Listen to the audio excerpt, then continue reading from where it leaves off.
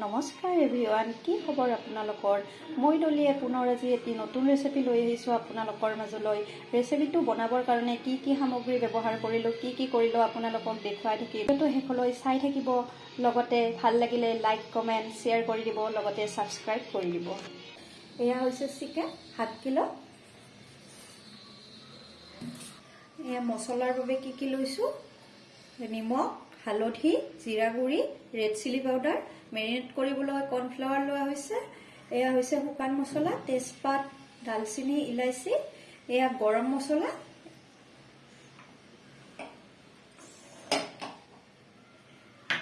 এয়া বাটাৰ, দৈ। এয়া লৈছোঁ পিঁয়াজ, নহৰু, আদা লৈছোঁ, 2টা কেঁচা জলকীয়া লৈছোঁ, ধনিয়া লৈছোঁ, বিলাহী লৈছোঁ 2টা সৰু সৰুকৈ কাটি। মই মাংসখিনি মেৰিনেট কৰি লওঁ। প্ৰথমতে কৰ্ণফ্লাৱাৰ দি লৈছোঁ,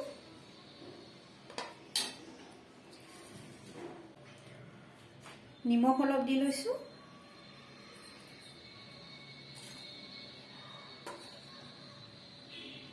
ৰেড চিলি পাউডাৰ অলপ দি লৈছোঁ, হালধি গুড়ি অলপ দি লৈছোঁ, দৈখিনি দি দিম, 2 চামুচ লৈছিলোঁ।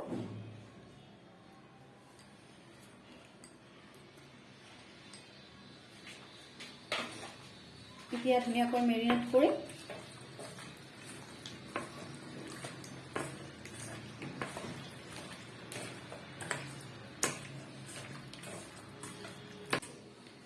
মেৰিনেট হৈ গ'ল।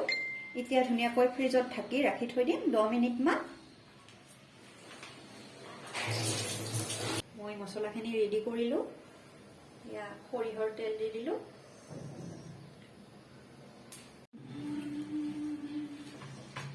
তেল গৰম হৈ গ'ল, পিঁয়াজ দি দিলোঁ।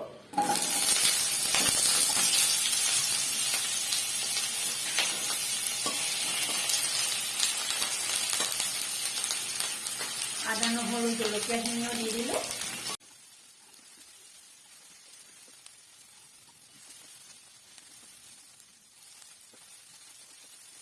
পিঁয়াজখিনি ভজা হৈ গ'ল, ধুনীয়া কালাৰ এটা আহিছে। এতিয়া বিলাহীখিনি দি দিম আৰু ধনিয়াখিনি দি দিম আৰু কিছুপৰ ভাজি।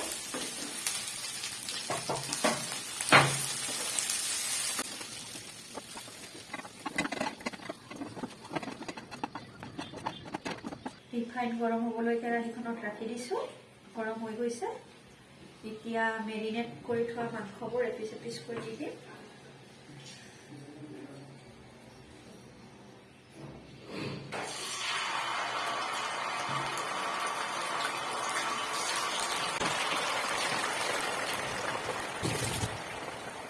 চিকেনখিনি অলপ অলপকৈ ৰঙাকৈ ভাজি লৈ নমাই ৰাখিলোঁ।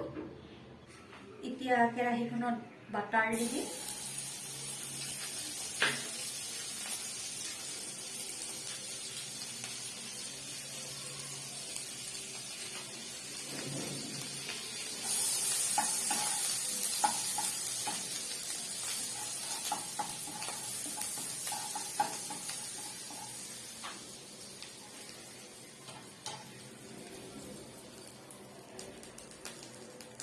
ডালচিনি, তেজপাত, ইলাইচি দি দিলোঁ।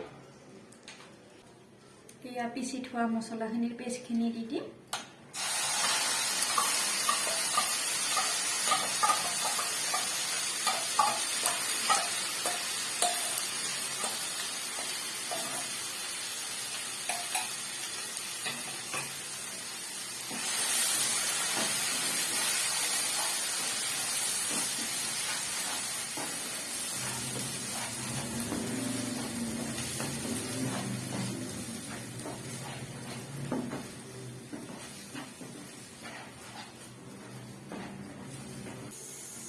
এয়া মছলাৰ পৰা তেল নোলোৱালৈকে ভাজি থাকিলোঁ কম জুই। এতিয়া চিকেনখিনি দি দিম।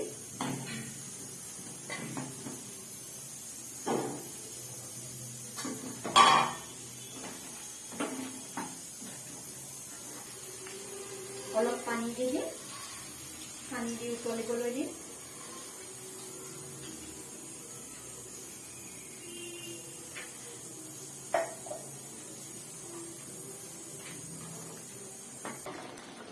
এতিয়া গৰম মছলাখিনি দি দিম, পানীত গুলি ৰাখিছোঁ।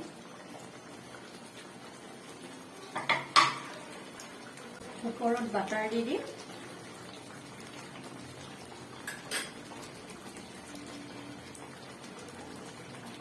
গেছটো বন্ধ কৰি চিলি ফ্লেক্সখিনি ওপৰত দি দিলোঁ, লগতে কেঁচা ধনিয়া দি দিলোঁ। দেখিছেনে আঞ্জাখনৰ কালাৰটো ৰেডি হৈ গ'ল। Dhaba style butter chicken.